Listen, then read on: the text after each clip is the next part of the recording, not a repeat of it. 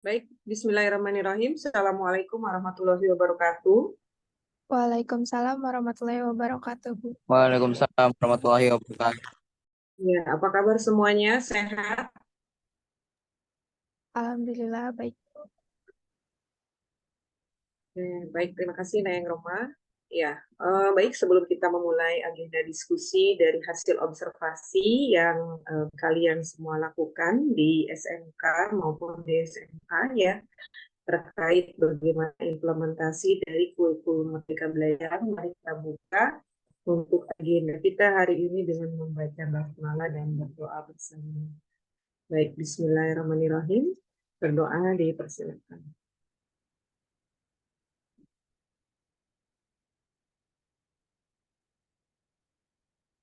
Berdoa selesai.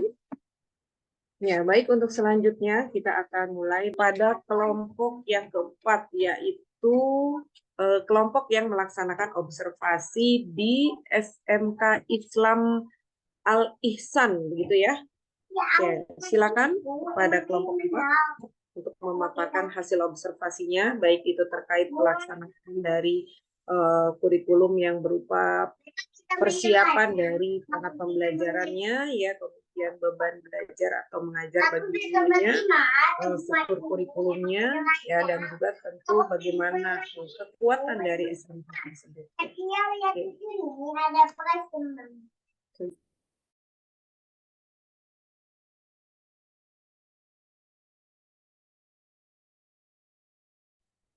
Assalamualaikum warahmatullahi wabarakatuh. Selamat siang, yang terhormat Ibu Ati Sumiati, SPDMM, selaku dosen pengampu mata kuliah, dan teman-teman semua.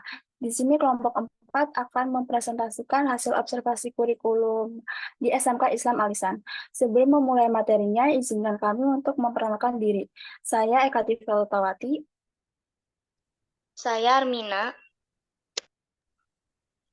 Saya Hanifan.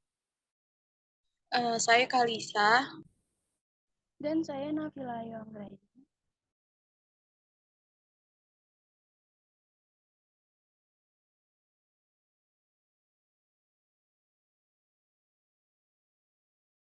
Oke, yang pertama itu pada hari Senin tanggal 27 November 2023 kami mengunjungi SMK swasta yang berada di Jakarta Barat. Kami mengajukan beberapa pertanyaan kepada narasumber yaitu akil kurikulum, yaitu Bapak Hendra Hermawan SPD. Berikut adalah hasil yang kami dapat setelah melaksanakan wawancara. Untuk tempat observasi, kami melakukan observasi di SMK Islam Al-Ihsan yang berdiri pada tahun 2004 dan beralamat di Jalan Raya Masjid Al-Ihsan, Kafling DKI, Blok BZ, Berwia Utara, Kembangan, Jakarta Barat. Next.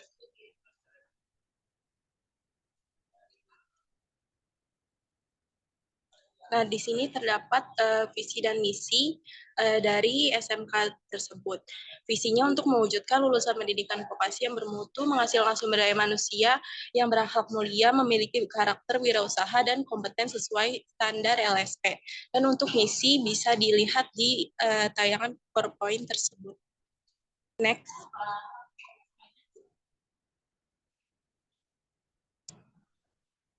Nah, untuk nama kepala sekolahnya yaitu Dr. Andes Ujang Tohari MM dan wakil kurikulumnya Hendra Hermawan SPD. Dan jumlah guru SMK yang terdapat di sekolah ini adalah 32 orang, sedangkan jumlah siswa yang terdapat di SMK ini terdapat 589 orang. Selanjutnya akan dilanjutkan oleh rekan saya.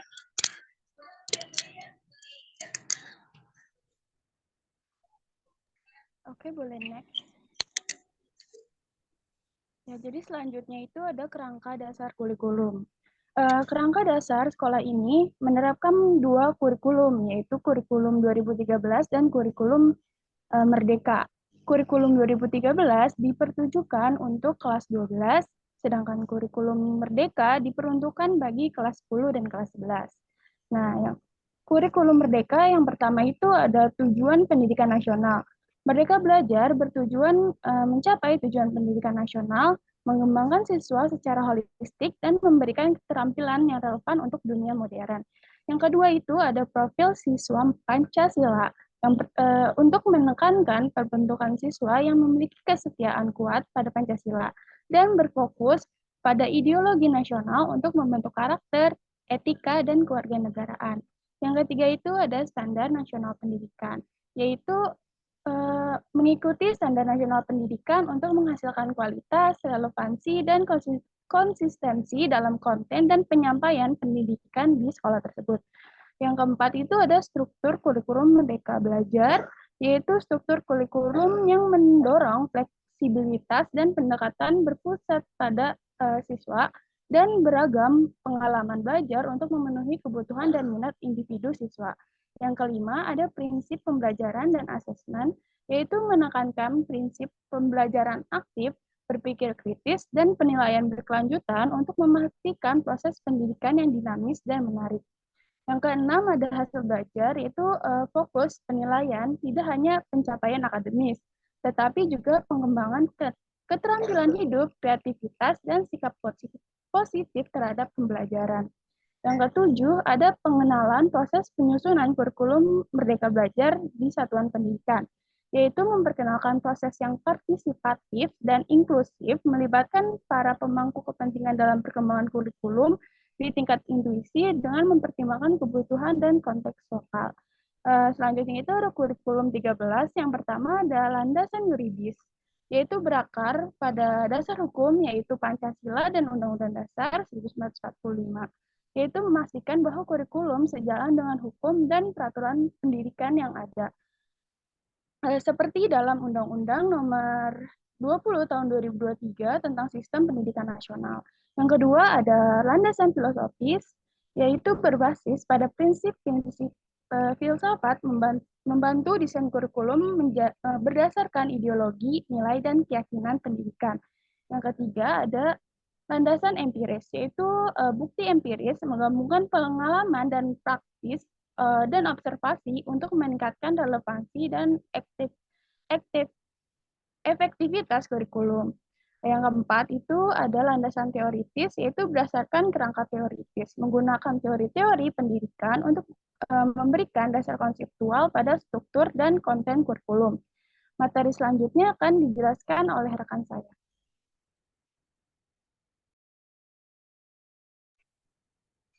Selanjutnya ada struktur kurikulum. Untuk kurikulum 2013, terdapat kompetensi inti atau KI, kompetensi dasar atau KD, muatan pembelajaran, mata pelajaran, dan beban belajar.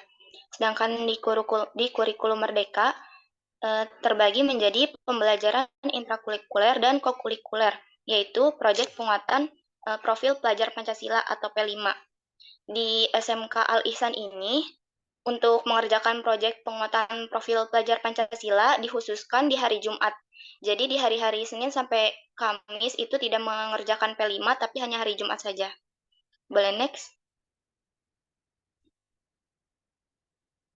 Lalu struktur kurikulum 2013 ada kompetensi inti. Kompetensi inti merupakan tingkat kemampuan untuk mencapai standar kompetensi lulusan yang harus dimiliki oleh seorang peserta didik pada setiap tingkat kelas atau program yang menjadi landasan pengembangan kompetensi dasar. Lalu ada kompetensi dasar. Kompetensi dasar itu merupakan tingkat kemampuan dalam konteks muatan pembelajaran, pengalaman pembelajaran, atau mata pelajaran yang mengacu pada kompetensi inti. Kompetensi dasar dikembangkan dalam konteks muatan pembelajaran, pengalaman belajar, mata pelajaran, atau mata kuliah sesuai dengan kompetensi inti. Boleh next? Selanjutnya ada muatan pembelajaran. Muatan pembelajarannya terbagi menjadi 3, yaitu muatan umum dan muatan lokal seperti pendidikan agama Islam, bahasa Indonesia, matematika, dan lain-lain. Lalu ada muatan peminatan akademik dan muatan peminatan kejuruan. SMK Al-Ihsan adalah SMK Bisnis dan Manajemen yang terdiri dari 2 jurusan. Yang pertama ada jurusan Akuntansi Keuangan dan Lembaga atau AKL, yang muatan kejuruannya ada etika profesi, dasar-dasar akuntansi, akuntansi keuangan, dan lain-lain. Boleh next?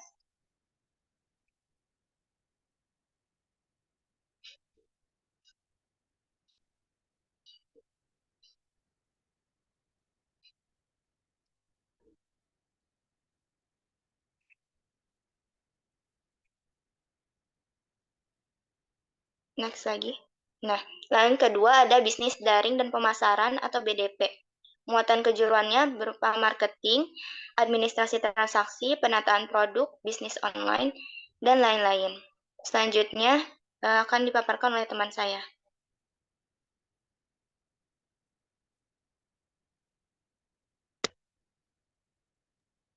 Selanjutnya ada silabus mata pelajaran. Untuk silabus kurikulum 2013, silabus adalah rancangan pembelajaran pada suatu kelompok mata pelajaran. Penjabaran dari rancangan silabus itu kemudian dielaborasi atau dikembangkan dalam bentuk rencana pelaksanaan pembelajaran atau RPP yang sistem penerapannya lebih singkat dibandingkan silabus.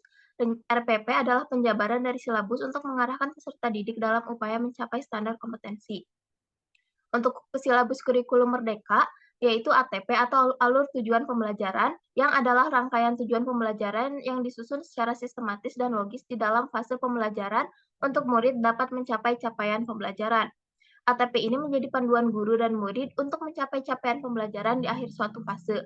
Setiap poin dalam ATP disusun secara kronologis berdasarkan urutan pembelajaran dari waktu ke waktu. Guru dapat menyusun alur tujuan pembelajaran masing-masing menyesuaikan dengan konteks dan kebutuhan anak-anak di kelas yang diampu. Lalu untuk silabus mata pelajaran yang ada di SMK Islam Al-Ihsan ini ada, yang pertama ada akuntansi. Contohnya dapat dilihat di PPT. Next slide. Di next lagi aja. Next. Nah, lalu ada silabus mata pelajaran pemasaran. Next lagi aja. Yang selanjutnya ada pedoman mata pelajaran. Yang pertama pembelajaran intrakurikuler yang terbagi menjadi dua. Yang pertama ada kelompok umum dan kejuruan. Kelompok umum terjadi pada proyek IPAS atau mata pelajaran yang mengembangkan literasi sains dengan aspek-aspek ilmu pengetahuan alam dan sosial. Yang kedua bahasa Inggris dan matematika, dan yang ketiga ada informatika. Yang kedua, kelompok kejuruan, yaitu kelompok mata pelajaran yang berfungsi membentuk murid agar memiliki kompetensi sesuai perkembangan dunia kerja, serta ilmu pengetahuan teknologi seni dan budaya. Selanjutnya, yang ketiga ada pemilihan konsentrasi pada suatu program keahlian. Pemilihan konsentrasi dilakukan berdasarkan kebutuhan tenaga kerja di dunia kerja yang menjadi sasaran murid. Satu program keahlian bisa mencakup satu atau lebih konsentrasi. Jika ada konsentrasi yang berbeda dalam satu program keahlian, maka akan diselenggarakan dalam rombongan belajar yang berbeda. Proyek yang selanjutnya ada proyek penguatan profil pelajar Pancasila atau P5 yang dialokasikan dari total JP mata pelajaran umum dan beberapa mata pelajaran pilihan per tahun. Selanjutnya akan dilanjutkan oleh rekan saya.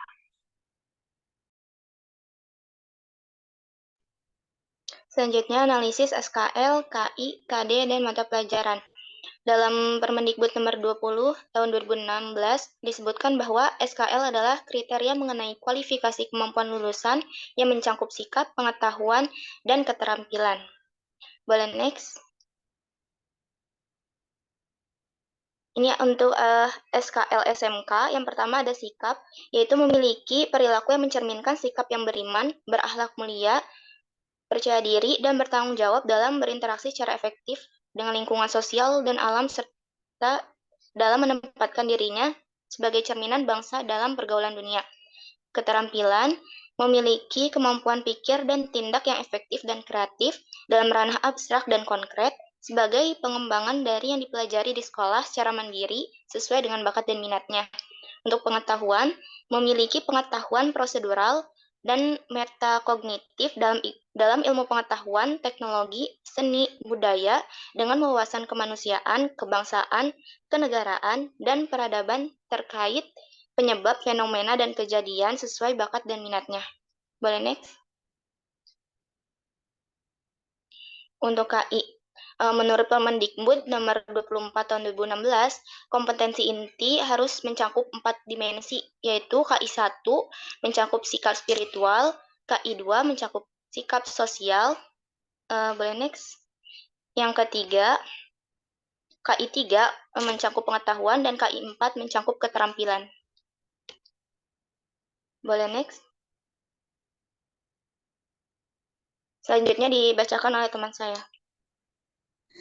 Nah, untuk beban belajarnya di SMK Alisan, waktu yang telah ditetapkan sebanyak 48 jam pelajaran dalam seminggu dengan 1 jam pelajarannya selama 45 menit. Senin sampai Kamis ditetapkan selama 10 jam pelajaran, sedangkan hari Jumat selama 8 jam pelajaran. Untuk peminatan di SMK ini ada bisnis daring dan pemasaran dan akuntansi keuangan dan lembaga. Selanjutnya akan disampaikan oleh teman saya.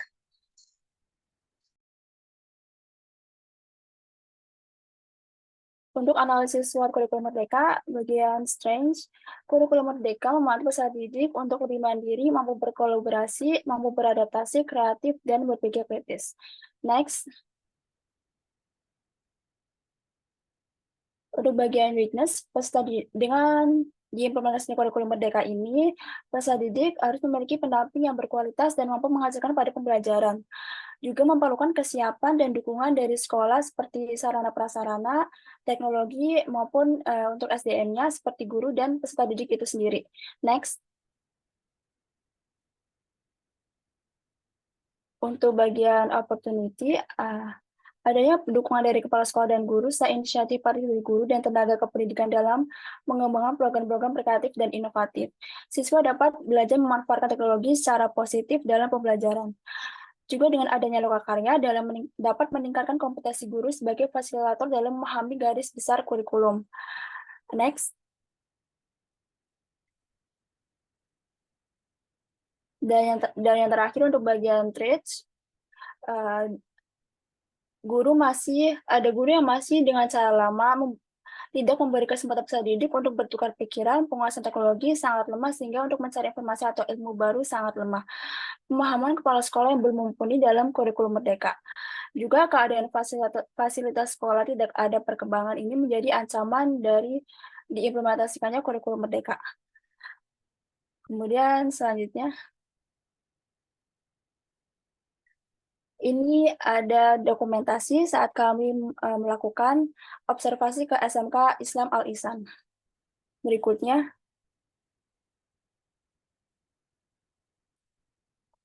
Berikutnya, terima kasih atas waktu dan kesempatan yang diberikan. Mohon maaf atas kurang dan lebihnya. Saya kembalikan ke Ibu Ati.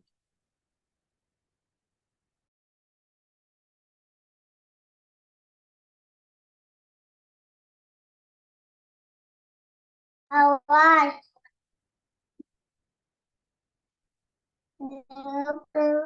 Ya, baik. Terima kasih untuk kelompok yang kelima ya.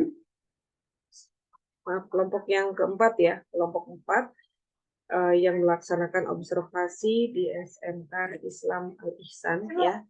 Jadi dari 2 hasil observasi yang dilakukan di SMK swasta, baik itu tadi Nurul Islam sama Islam Al-Ihsan, juga kita bisa melihat bahwa implementasi kurikulum Merdeka ini sudah dilaksanakan ya. Dan tentunya memang untuk kelemahan ataupun kendala itu masih tetap ada ya. Dan mudah-mudahan dengan seiring perkembangan waktu ya, sudah masuk ke tahun kedua ya, ini tahun kedua ya, semoga memang pelaksanaannya itu akan jauh lebih baik ya, terutama adalah dalam hal pengembangan elemen materi itu ya. Nah, elemen materi juga kan terkadang antara satu dengan yang lain ini masih ada tumpang tindih gitu ya. Nah, ini yang dirasakan oleh para guru yang terkait dengan materi gitu ya. Jadi ada materi yang sama gitu ya, kemudian disampaikan juga di elemen materi yang lainnya ya. Nah, baik, terima kasih untuk kelompok tim SMK Islam Al-Ihsan ya.